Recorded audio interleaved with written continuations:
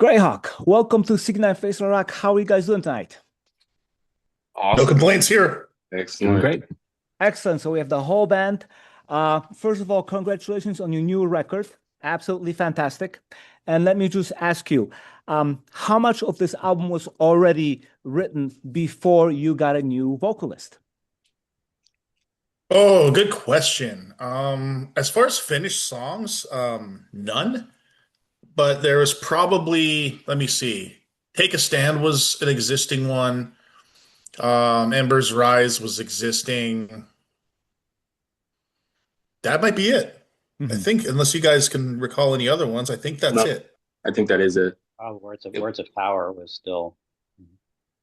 Oh yeah. Yeah, I think we did Words of Power after Anthony came in, though. It was shortly after. That's definitely like an older one, but I think that was after Anthony joined. Mhm. No, that one was written a long time ago, actually. Or Oh, you wrote it a long time ago. yeah, A fair I didn't share know of the about songs had riffs and ideas that were kind of in like kind of the sketch or preliminary demo stage, but most of them didn't get anywhere near being finished until Anthony was in the band and we were able to kind of work with his voice. He would add his little spark and do some adjusting to the songs. I think the almost all the songs were kind of like written to a certain extent, just didn't weren't finalized, and then at least I think two, if not three, were like after, like fully after Anthony had joined. Maybe Got someone it. else can correct. So how did you find Anthony and what excited you about his voice and his approach? it. I guess that kind of goes back to early 2024. Early 2024, we found out our old vocalist, Rev Taylor, was leaving the band. He kind of basically was like, yeah, I need to leave to focus on my opera career, which is completely understandable.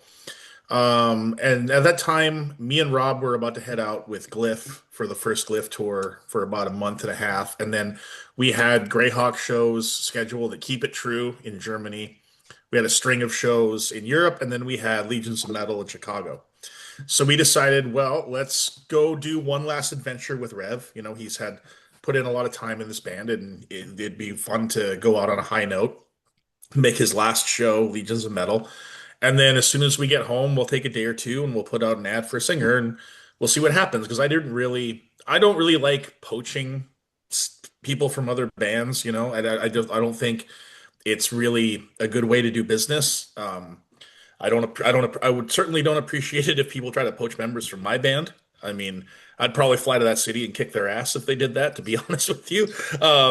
It's not how I want to do things. So we basically said, let's just put a public notice out there, say, hey, we're going to open this singer search up, nationwide, worldwide, see what we can get.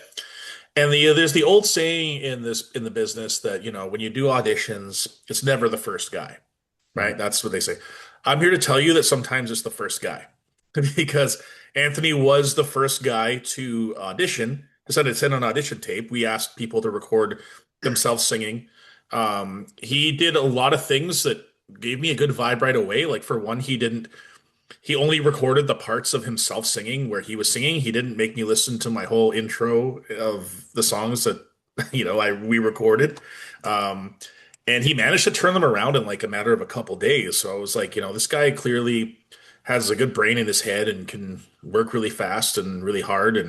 Um, and his voice was like, it was way different. It was jarringly different to hear those songs sung with a higher register and a different timbre. But it was also awesome. And I just kind of was like, we got that audition. I was kind of, guys, we should really take a serious look at this dude.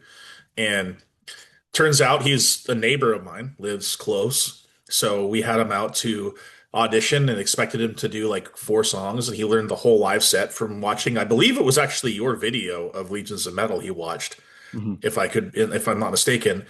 And he hmm learned the whole live set. So I'm like, he pretty much made himself undeniable. If we didn't hire him, we'd probably be blind and deaf. So yeah, it was a combination of his ability, his personality, his work ethic, and his ability to, be organized and efficient. That was just I don't know. You're like, this is the guy. It's a no-brainer. And he clearly wanted it too. He was very driven. He came to play. He didn't just show up to like party and hang out. He Mhm. came in ready to roll and impress the hell out of us. So That works. Is Anthony with us? I'm He here. is. Where is he? I'm lurking.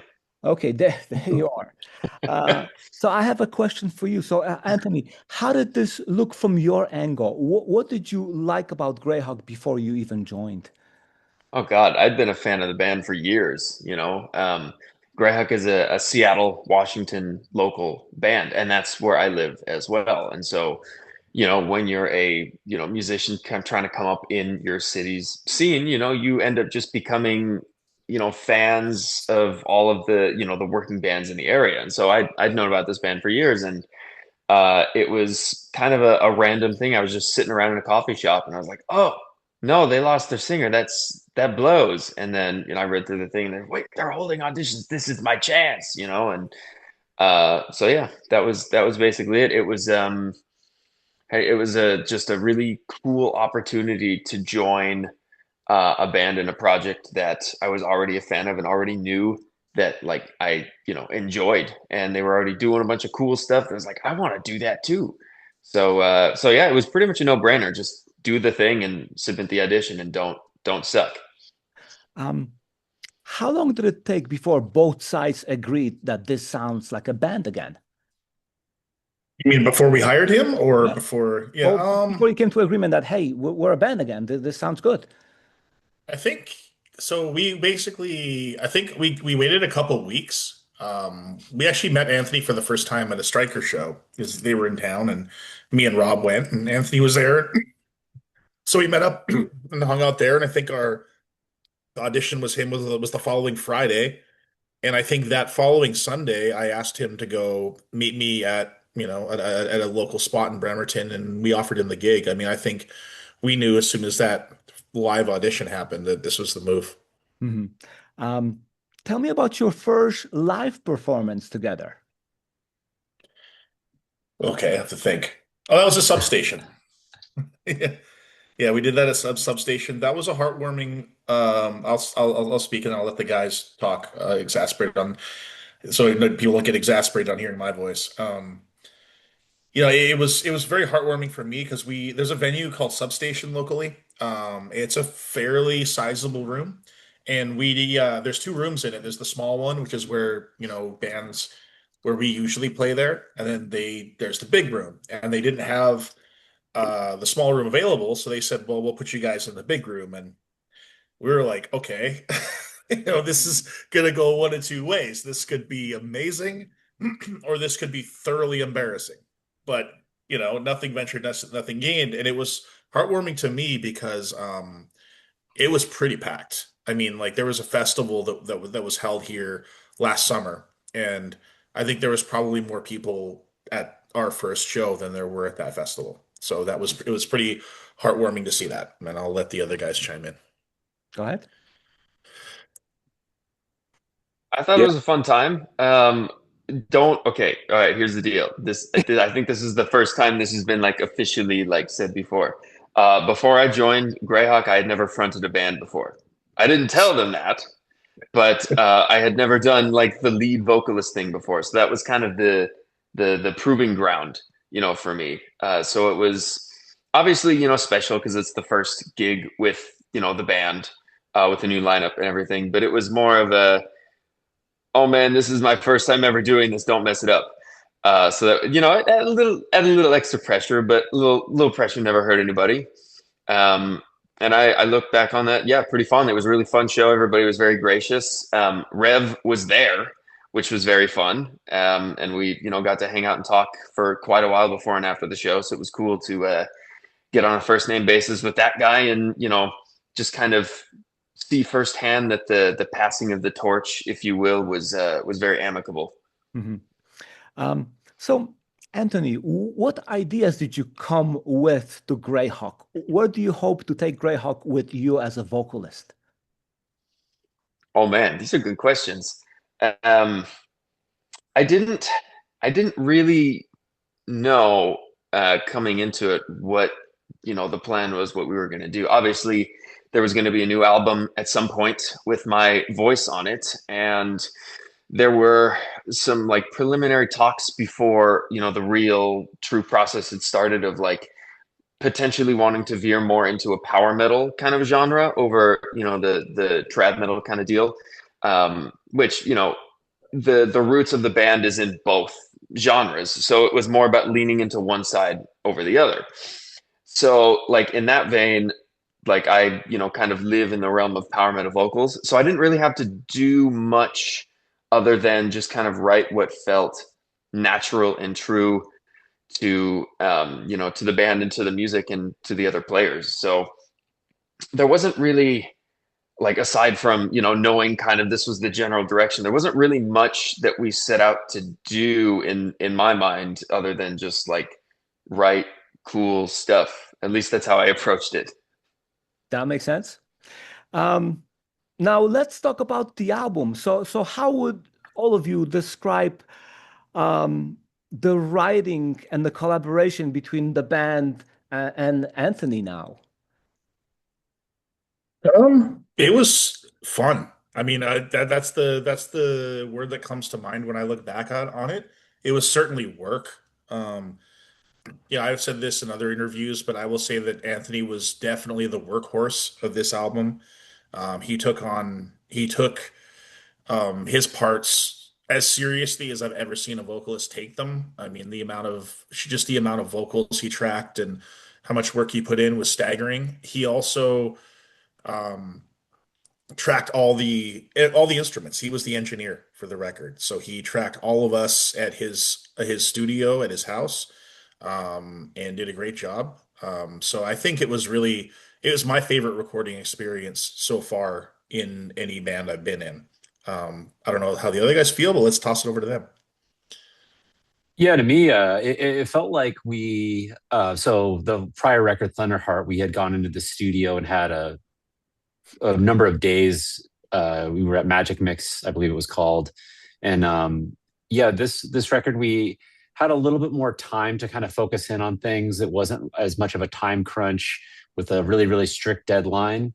There were some really productive weekends and stuff like that, but really working with Anthony engineering it was very easy to deal with from the recording standpoint, for us at least, because we just had to show up and play. He did all the he did all the recording and the editing and stuff like that, and dealt with like lots of different notes.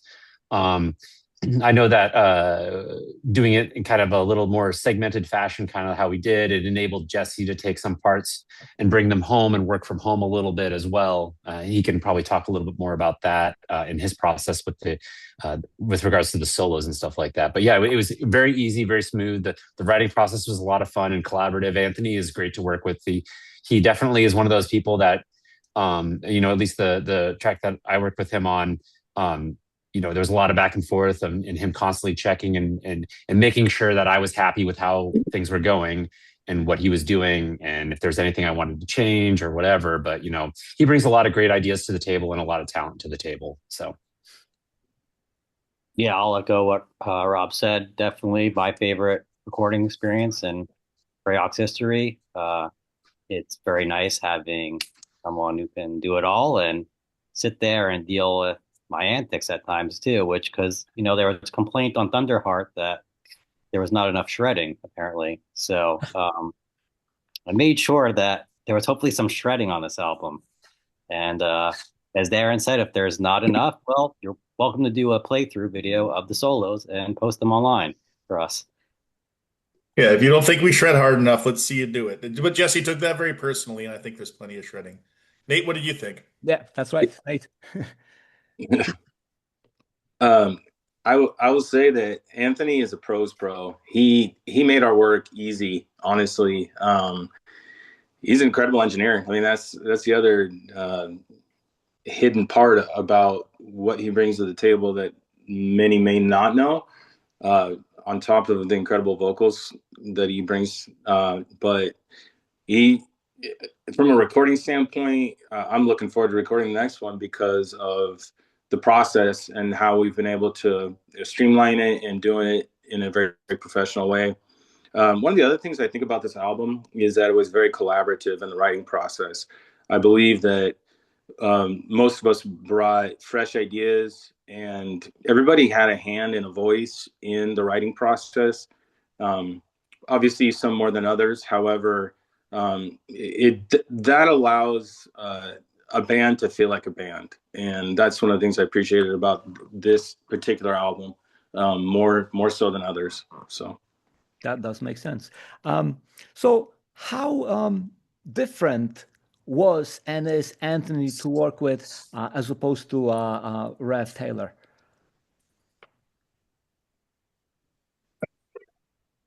What's the word I'm looking for? Loaded question. Diametrically opposite. No, I mean, so Rev was very fun to work with in the studio too. But Rev is very much a guy who is like, I'm just gonna get in there and figure it out as I go. He was very like improvisational, not always didn't Spontaneous. always know what he was gonna do, and which scared the hell out of us. To be honest with you, sometimes it scared us because we're like, what's gonna happen here? Whereas Anthony was much more pragmatic and he was ready ahead of time and he demoed everything out for us so we kind of had an idea what was happening and we were able to give our feedback kind of before he started laying stuff down to tape, which was for me it was refreshing. I'm not throwing shade at Rev. It's just like it's a funny question because of how opposite they are.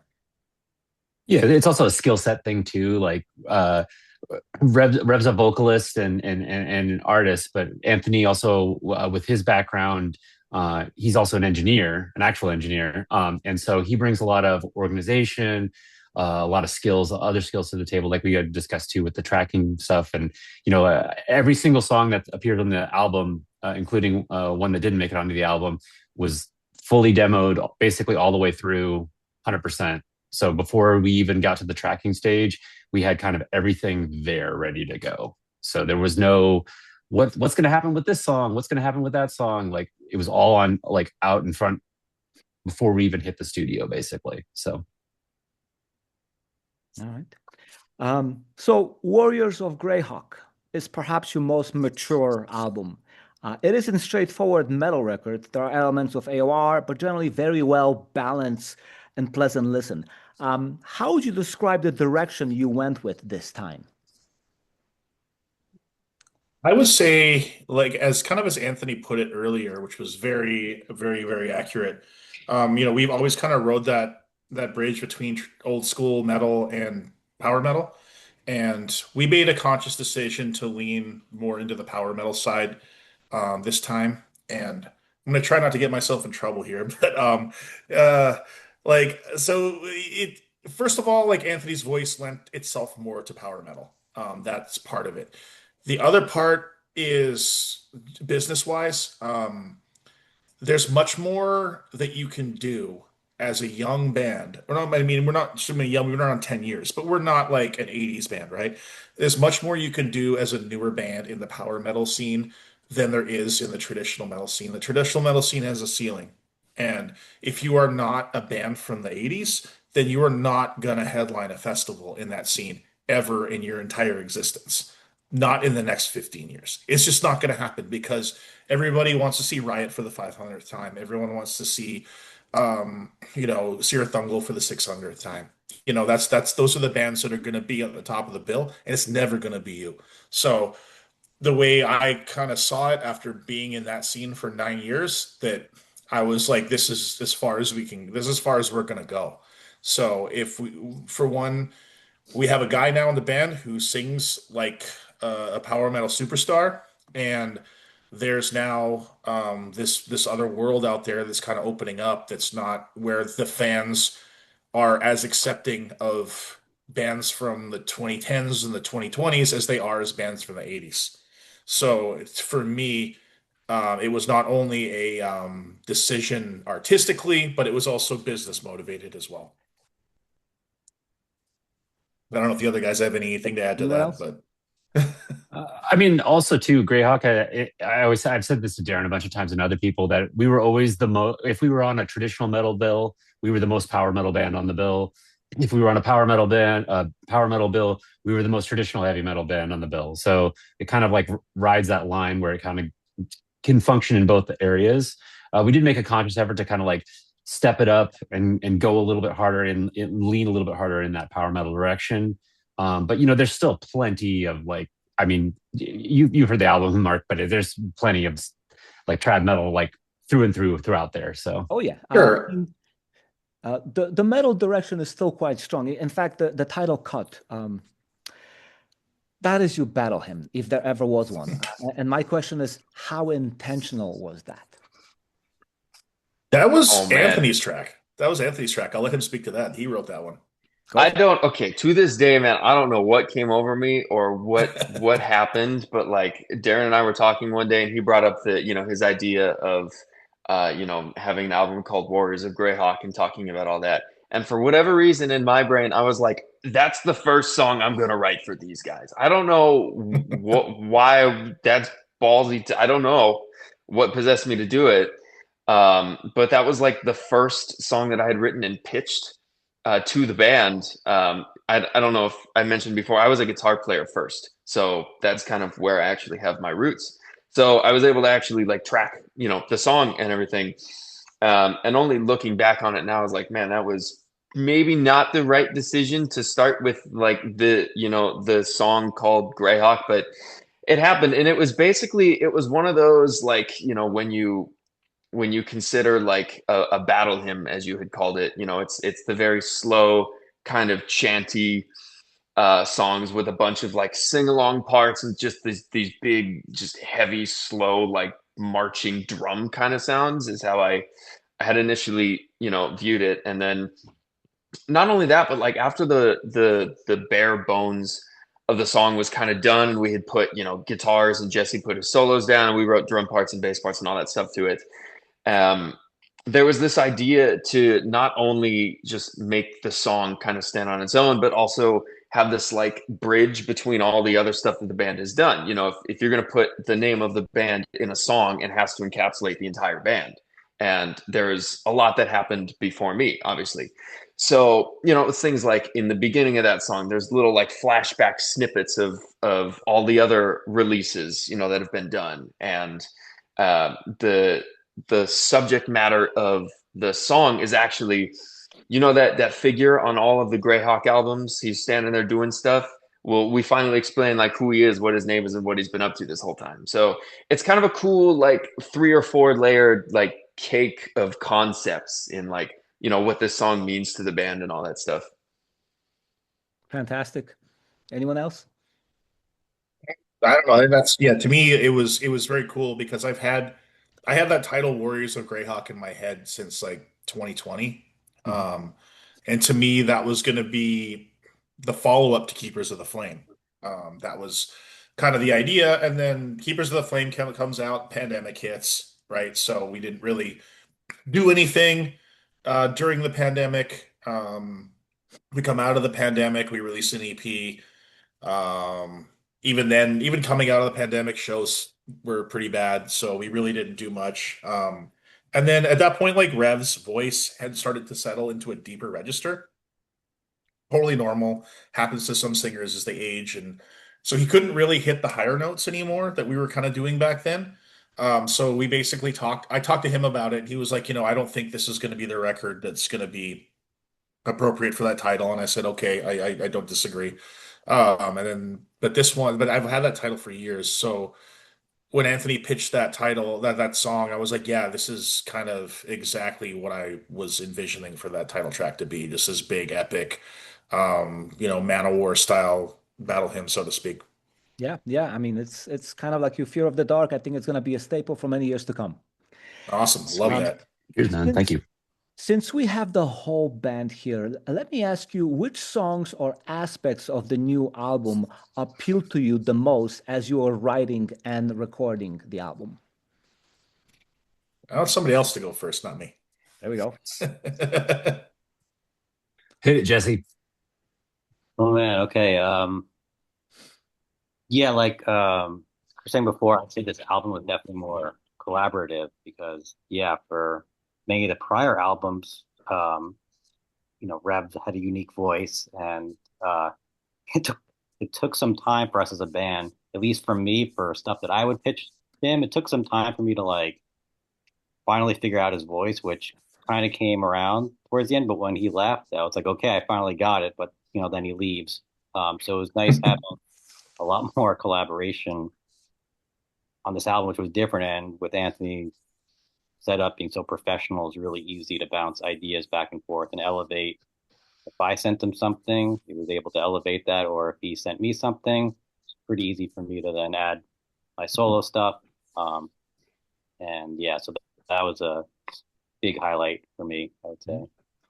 Rob? And yeah, his register was more what I was used to of my 80s influence and idols, growing up. So From my perspective, I felt like Feel free to name songs if you want to even point out an example. Sorry, what was that? Feel free to even name songs to point out an example in what you're talking about, though. Oh, okay. Yeah. I mean, to me, we were pretty wide open here. I mean, kind of going in, we had a meeting at one point. I think it was in sort of midsummer, like 2024. We're like, what are we going to do for this album? Who has ideas? What do we want? And it was literally like Darren said, bring everything you got. Let's any ideas you got, let's hear them.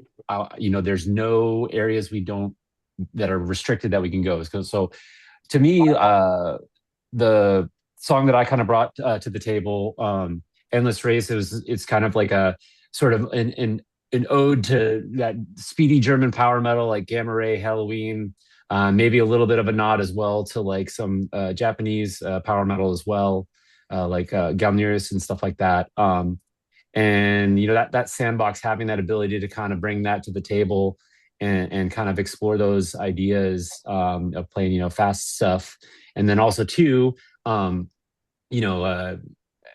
the players, the voice, Nate on the kit, and Darren on bass, and Jesse on guitar, like able to step in and like take that idea and run with it, and just kind of exceed my expectations of where I thought the song was going to end up. And just kind of, yeah, I was really, from my perspective, that was a song that, I'd had kind of bouncing around for a while.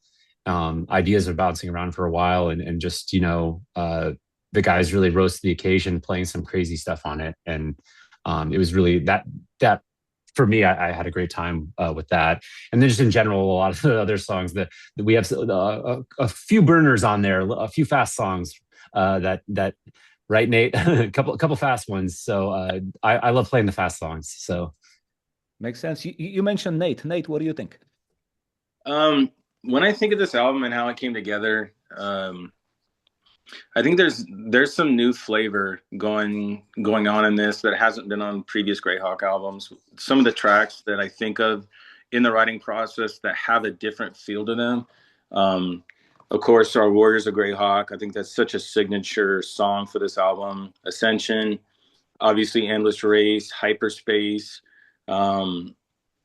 Those really, and I'll throw Take a Stand. And I list that one because that was the first demo that I heard Anthony pitch to us as a song idea.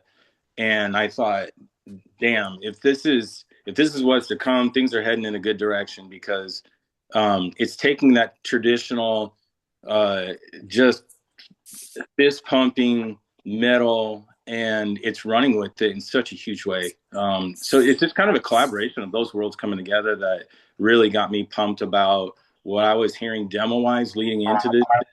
And then everybody took it to another level when we laid track. That makes sense. Yeah. And Go ahead, Jesse. Yeah, also add, and what's good is Darren saves everything. So of riffs that we've had from the past, and like Eternal Quest, which is the ending track, was a formation of him just saving an idea that I had forgotten about, and turning it. I found footage of our first show today that I have saved. Yeah. You can believe that. Our first ever gig, I've just found footage of that. But yeah, I was gonna say personally real for quick me, before you start there, and also Embers is another great example of like songs kind of in the back pocket that were, you know, some riffs from that. I think maybe you can talk to that a little more clearly, but it sounded like some riffs for that were kind of lingering out there for a while, and you know, it was like, do we want to do this? And I was like, when I heard the riffs for that song, I was like, hell yeah, we want to do this. We want some fun, we want some tough guy German like accept Primal Fear, just like really tough guy, like power metal that is like just heavy metal to the bone. So yeah, and that song's probably 6 years old, probably. I would say the artist, like from a creative standpoint, this we did a lot of things on this album that I've always wanted to do on an album. One of the things was what Rob alluded to, which was just throwing a bunch of ideas in a bucket and whittling it down to the best ones. I think when we started analyzing our demos and we sat around my kitchen table and like had a couple drinks and listened to all of them. We started with probably 25 or 30, I want to say, and we whittled it down to the ones that we thought were going to make the album.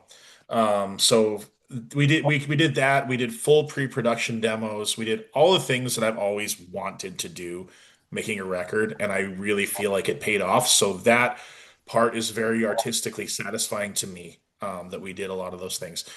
From my personal perspective, I love this is the first album that I've ever made that I still, after writing it, recording it, everything, I love listening to it just for fun. And that's a big deal. And the other thing that I love being proven wrong. That may sound like a weird thing, but I like it when my bandmates prove me wrong. Like if I have an opinion about something and they are steadfast that this is a good idea and it turns out to be a good idea, it makes me so proud of like the guys for like, doing that. One of them, and a song that makes me smile with that is Chosen, is that song because when Anthony had Rev sing on it, I actually thought that was a really bad idea for a long time.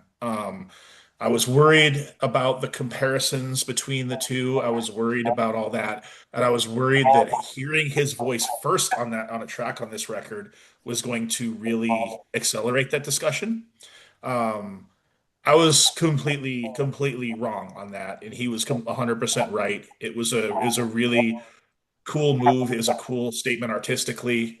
They sound fantastic together on that track, and it's actually become my personal favorite to listen to on my own time.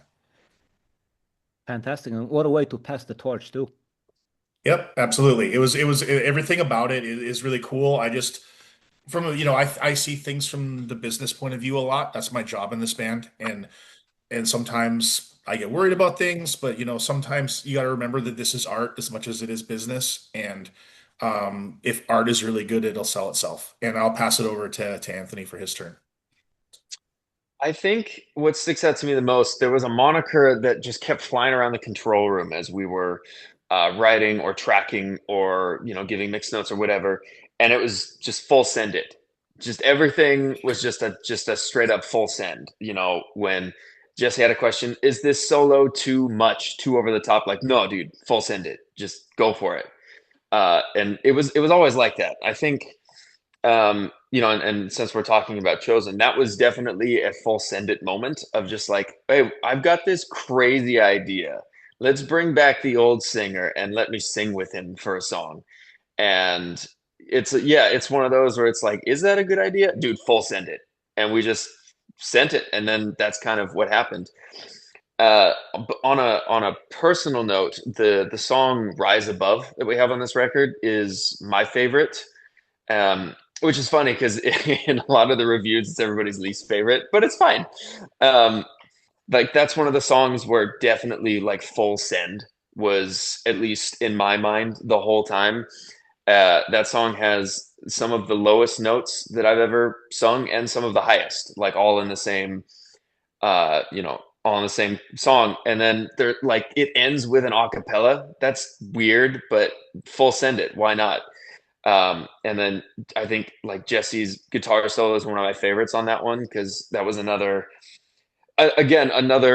instance. He like had this this solo that he had laid down for the final recording that was wildly different than what was in the demo, and he was just asking like, what do you guys think? Is this good? And the response was, dude, full send it. It sounds cool. And so it was interesting how that moniker just kept coming up over and over and over again for like whenever anybody wanted to try something like a little bit out of the box or outlandish or whatever. We just went for it, and I can't think of a time where it didn't work.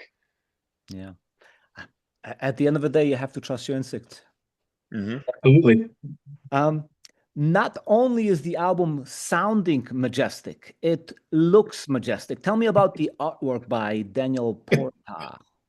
Okay, yeah, the ubiquitous artwork that people either love or hate, and that's totally fine.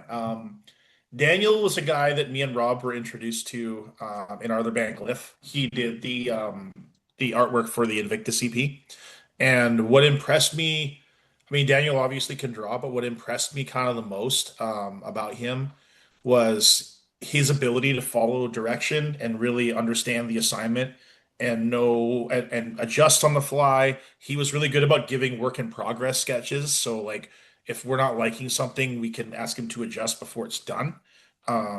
So he was really easy to work with. So that was why I kind of gravitated towards him. Now the concept.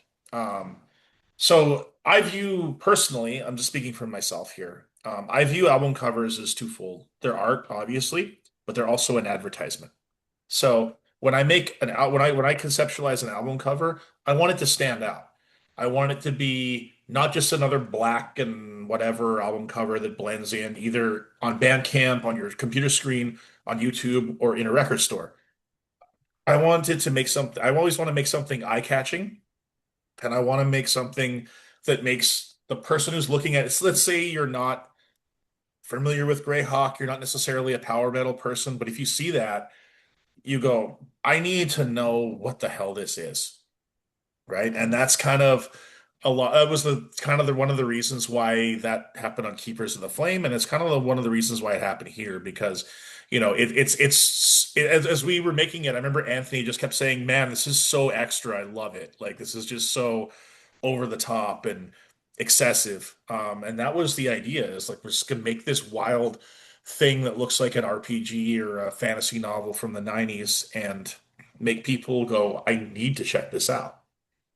Yeah, it does make sense. I mean, I can go back to being 15-year-old me, seeing that and just buying it. It's like looking at this, like these guys know what's up. I'm buying this. Yeah, for sure. And yeah.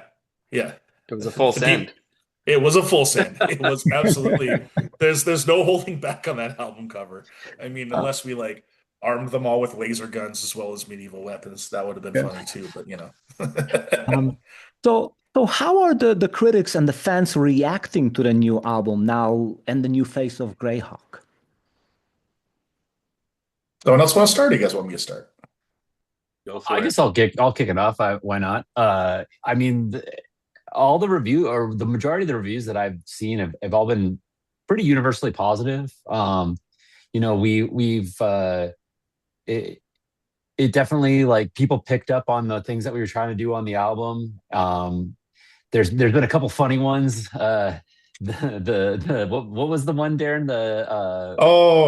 That's some Night Flight Orchestra writing a song to be on Keep It True or something like that. Yeah, that was it. Yeah, there was a not so positive review. I think it was in Deaf Forever, I want to say. And the dude gave us like a 6 out of 10, and he said like the song Ascension sounds like if Night Flight Orchestra was trying to write an album so they could get a spot on Keep It True. And I was like, I thought that was a compliment. It's like, that actually sounds really cool. I'd want to listen to that song. Yeah. I don't hear it. I don't understand where you get Night Flight Orchestra from and the Ascension intertwined. But I'm going to be honest, I think that individual had an agenda when he reviewed our album, but I'm not going to say anything about that. Go ahead, Rob. But yeah, review wise, a lot of really positive reviews. I know that there's something to be said for when, your friends are all going to say, oh, your album's great. But, a lot of folks online that I've spoken with and in person have come up and said some very positive things. I've been to a handful of shows locally, since the album release. And I think it's probably the most amount of people that have come up to me at a show saying, oh, you're in Greyhawk, and then congratulating the band on the album and saying how much they loved this song, I love Ascension, I love Warriors, I love Hyperspace, I love, just going through the whole, almost every song I've heard someone say is their favorite song, which is a great thing to hear. So it's definitely appealing to a lot of different people, and it's hitting them in different ways as well. So yeah. And reviews are always your review was great, Mark. We appreciated your Thank words you. a lot. It was very good. It is fascinating to read how people interpret albums, and it's funny how there's a little bit of the cultural difference between European reviews and North American reviews is fascinating to me because the European reviews will kind of pick the music apart a little bit and talk about the aspects that they don't really enjoy as much. They'll say like, overall it's good, but this was a problem, this was a problem. Didn't really like this, didn't really like that. 8.5 out of 10. And I'm like, did you like my album or did you not like my album? Whereas the American ones will gush about it and then they'll be like 3.5 out of 5. Mhm. So like the ratings and the words are kind of in opposition to each other on each side of the pond. And I think part of that is like I think in German culture, like even if they really, my experience with fans in Germany is even if they really enjoy your music, they feel like they're doing you a favor by being honest and talking about the things that maybe they think you can do better, or the things that maybe they think you could improve upon, and that's all well and good. I mean, we're open to hearing that, and I do appreciate the directness about Mhm. some of those reviews, and there when we read them, sometimes it's a great confidence boost. Sometimes you read it and you go, "Oh man, that's a good point. Maybe we should have done that. I don't disagree with that," or he's not wrong about this or that. And some reviews are kind of funny, and some reviews you can tell the person didn't really listen to it. They just kind of listened to it and went, "Yeah, that sounds like old school metal, 7 out of 10." And so it's a mixed bag. It's a mixed bag, but I think overall, like Rob said, where it matters, which is like not where it matters, where it matters the most, which is like fans and listeners and whatnot, it's been very positive. We posted it on New Wave and Traditional Metal's full albums YouTube channel, which is traditionally a tough place. And the comments on the video have been overwhelmingly positive, so that's very cool. No. Is there anything about this album that the critics or the fans are missing or not picking up upon that you find important? That's a very good question. Someone else go because I got to think about that. My favorite was somebody commented on Chosen how I go into this really deep baritone timbre for the beginning of the song. It's not me, it's Rev. Yeah. I think how the album ends, I don't know if people quite understood our intention in closing the album. To me, it makes plenty of sense. It makes all the sense in the world. But I think because the album has a number of bangers and I believe it keeps you quite engaged, that the last two numbers being perhaps a little bit slower tempo, a little bit longer at 6 minutes. That was probably the piece I think people missed that I think was well intentioned and works, but yeah. Yeah, I That's a would good agree with point. Nate. I would agree with Nate. I think that people are kind of missing that point. They're missing that. I think it ends in a very cool way, and it feels to me like the lyrics in Rise Above, and I mean I can't. I'm speaking for Anthony's lyrics. Those two songs, like to me, feel like kind of the two most personal songs that he wrote, and they also feel like they kind of dovetail into each other quite nicely. It kind of feels like the themes in Rise Above and then the themes in Eternal Quest kind of like dovetail nicely into each other. And I think it's a very, very beautiful into the record, if I may. But I think to a lot of critical ears, they hear a lot of fast, bombastic stuff, a lot of over the top stuff throughout the record. And then it ends subtle, which to me is a cool listening effect because it's like you have this big, fast, crazy journey, and then oh man, yeah, we kind of get to just chill out and rock out for the last two. But I think that may just go for a couple people. Yeah, there's a lot of time spots in the. Oh, sorry. Go ahead. I was just going to say a lot of the time too, I feel like people people prefer albums that go fast song, slow song, fast song, slow song, fast song, slow song. So it's like you're going to stoplights basically. You know, you're going as fast as you can and then you slow down. And I mean that works for some stuff, but I feel like that second half of the album is kind of curated in a with a lot more care than people I think are realizing. I think a lot of folks just kind of thought that we just kind of threw everything together, but there was a lot of thought put into the album track listing. So yeah. Yeah, it's just one of those things, you know, where you have an artistic statement to make, and sometimes it hits and sometimes it doesn't. That could potentially be a point where full sending it didn't exactly work, and that's fine. Yeah. But there are quite a number of references to older material in this music. There's like riffs that were straight up stolen from earlier material. There's, you know, lyrics that talk about earlier songs and things like that, and just lots of like really fun Easter eggs that I threw in the lyrics. I had this really funny idea since Eternal Quest was basically written from the beginning to be the ender to the record. It just kind of felt like that, at least to me, from the inception of that song. And so I had this idea of like a circularity. So like the chorus to Eternal Quest has taglines from the song Ascension. It literally has the word ascending in it. And so if you were to like listen to the record on a loop, then it would feed right into Ascension and kind of go, you know, again, because those two songs are basically talking about the same thing from a different perspective. So there's lots of weird, like random lyrical like Easter eggs that I threw in there. I don't even think my band knows about some of these that I just brought up. The first time I heard about them. That's cool. So now, what are your immediate plans in regards to touring and promoting Warriors of Greyhawk? And Darren, since you're the Gene Simmons of the band, I'll let you start. Can we go with Steve Harris and not Gene Simmons? Darren, what do you have a bunch of merchandising ideas that you're going to pitch to us? Greyhawk coffins or whatever? Gene would say, we're doing it for the fans. Now, Rob, I know you have the song Endless Race, but I liked it better when I heard it the first time when it was called Beth. We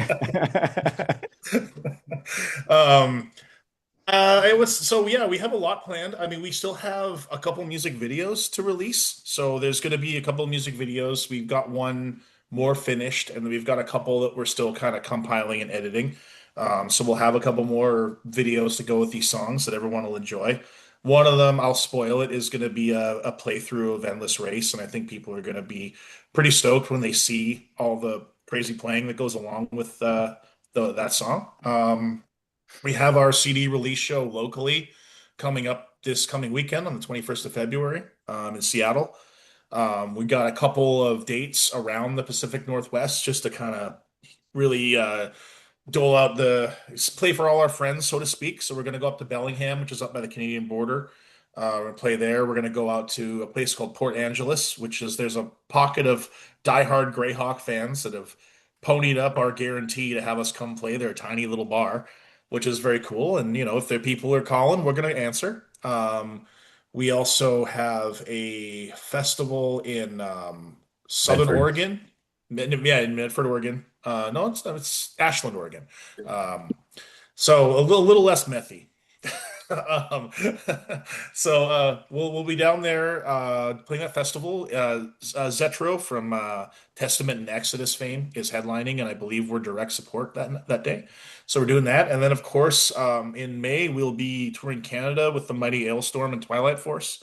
So we will be out doing that, and then the rest of the year, who knows, man? Hopefully some more offers start coming in, and hopefully we can get out there and come back and see our friends in the Midwest and get back over to Europe and go to the East Coast and Japan and Brazil and Mexico. Come to Brazil. Come to Brazil. Come to Brazil. Yeah, everywhere in between. So we'll go wherever they have a stage for us. That sounds like a solid plan. Now, finally, as creators of this album, what impact do you hope it will have on existing and possibly new fans, or even the whole metal world in general? Gentlemen? there's a lot of themes of like overcoming adversity and, you know, rising into, you know, the power that you've always had and stuff like that. And so I would, you know, hope that people can, you know, take those themes and those messages and go forward and conquer with it, you know, whether it's, you know, a playlist at the gym or like, you know, like getting hyped up to go, you know, go for that promotion at the job or to, you know, whatever it is that you're striving for. You know, there's lots of songs and messages on there about that. Rob? Gentlemen. Yeah, I think our music is to, you know, it's always been more to uplift people than, you know, doom yourself in a dark room somewhere.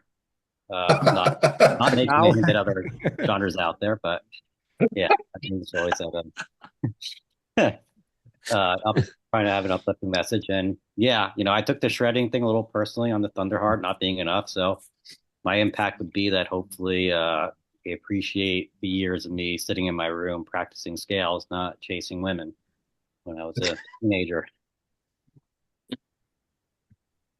Rob? You got Rob there. All right, Rob, now you have to speak. I'll just say what the Striker boys always say, and that's just shredding. That's it. Just shredding. Oh, they're funny. Shredding. Nate, how about you, bro? Yeah, Nate. I think for ourselves, I think if you reset the standard as far as the quality of an album that we come out with, and they have to be at least as good or better moving forward. I mean, it's just the way it has to be, and I'm proud of that. I'm proud of this album and sort of the message it sends and the vibe and feel it has.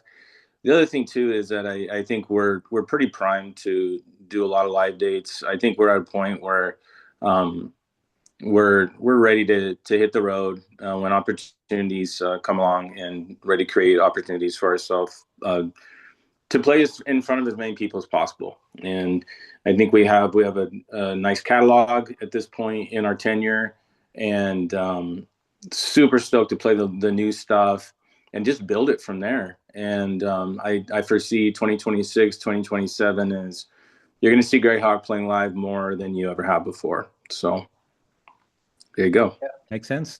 Darren, I'll let you conclude this discussion. That's good.